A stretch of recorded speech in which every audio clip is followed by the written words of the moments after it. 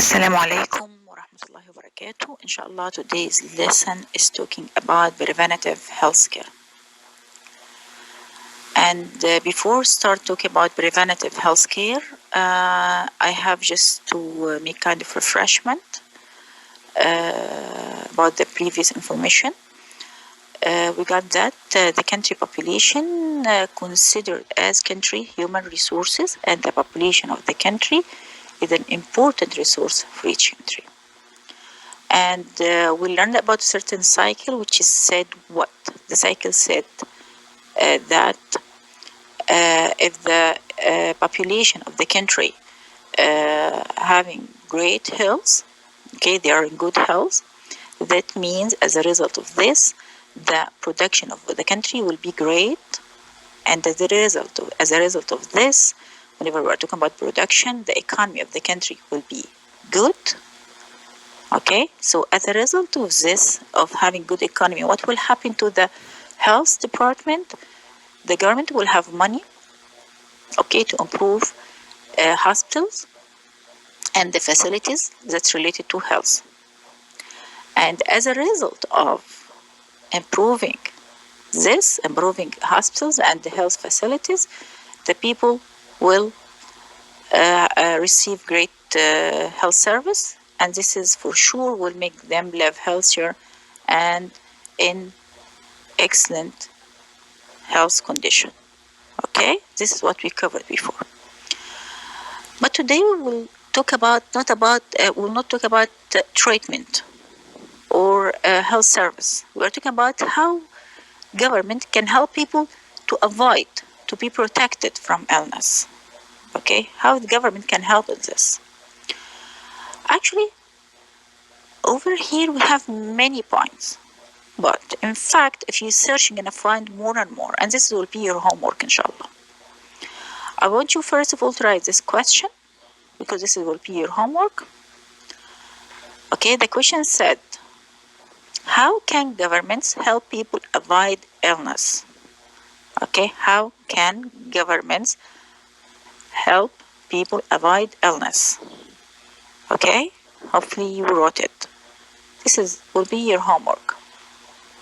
Okay, here we have many examples for this. Okay, what the government should do, but for sure, if you're gonna search, you're gonna find more and more.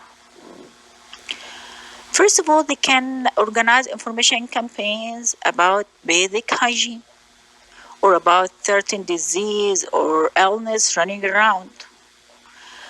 And actually, right now, we are having great example for this. There is a virus running around, and I think all of us know it. It's coronavirus. And all countries having kind of campaigns, which is informing people about the risk, informing people about how to be protected, and also how what they should do if la qadar Allah they got it. Okay, this is an example for this. Okay, but this is not the only thing, not only the campaign, this is not the only thing which is help people to be protected, but also one of the important things the government should do is making sure that there are good sanitation facilities. Okay, because if they are having good sanitation facility, that means people will be protected from pollution, and for sure, as a result of this, they're going to be protected from diseases. Okay, what does sanitation means? What does sanitation means? Actually, sanitation means conditions of public health, especially providing clean water and removing human waste. This is a simple definition of sanitation. Okay, providing clean water and removing human waste. Okay, also they can organize vaccination program. Okay, this vaccination program, they can use it to immunize people against certain diseases, to be protected from certain diseases. Okay, hopefully this part is clear, ya halwin. Okay, let's move to the second slide. Okay, the second slide is talking about rules. We learned before in previous lesson that one of the important things the government should do is put the rules. Okay, but over here we are not talking about general rules. We are talking about rules that's related to health. We are talking about rules that's related to health. Okay, example for those rules is what? A rule which is ensure that products that people use are safe to use. If you know someone who's selling a product which is not safe, okay, that means what? That means this person should be punished under the law. Okay, because that means that people are not safe.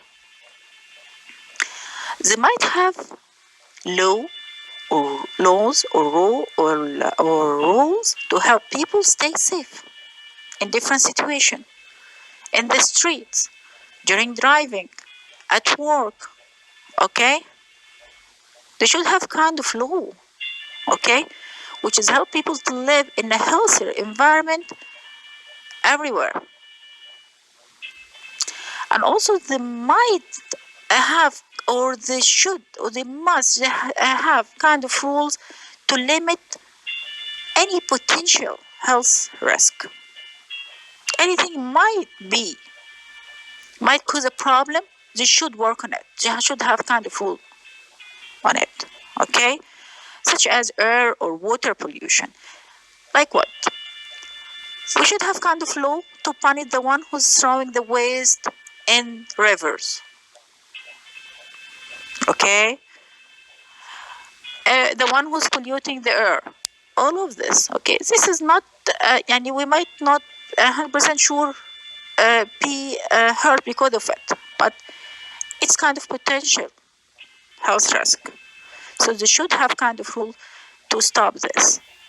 Okay, hopefully the slide is clear. Let's move to the one after. Okay, the one after is talking about non-communicable disease. In one of our previous lessons, we talked about communicable diseases, and we got that the communicable diseases, they are the diseases that spread by communication. Those are the diseases that spread by communication. This is called communicable diseases. Like what? Like flu, like corona, and so on. Today we're going to talk about another type, different one. Actually, this one not related to communication because it's called non-communicable. That's why it's called non-communicable disease. Okay, but it's related mainly to environmental conditions, to lifestyle, to the diet. Okay, to the way we interact with everything around us. Okay, now it is most of governments around the world are most concerned to prevent what are called non-communicable diseases or NCD. Okay, as I mentioned, these diseases are not passed from one person to another. Okay, but it's rising up. It's a rise from certain factors, like I mentioned, environmental disease conditions, lifestyle, and diet. And the main type of it is what? Heart attack, some cancer, asthma, diabetes, hypertension. Okay, this is called non-communicable disease. Okay, one of the important things which is help considered as an important factor that help increase the risk of developing NCD or non-communicable diseases is having a diet with high salt, high sugar, high fat. Okay, or your lifestyle has no activities, no physical activities.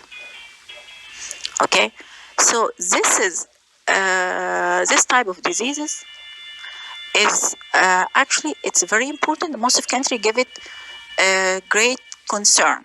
Okay, we will know more and more about this and the factors that affect this and help to develop it. Okay, and how people should act to be protected from those kind of diseases, inshallah, in the coming lesson. Hopefully you understood the lesson. Okay, this is the part we will cover today, inshallah. Hopefully you understood it. And inshallah, in the discussion room, we're gonna discuss it more. And inshallah, there will be homework on Coursera. If you would please do it. I love you. I miss you. And inshallah, I see you, meet you inshallah in the discussion room. Okay, assalamu alaikum wa rahmatullahi wa barakatuh.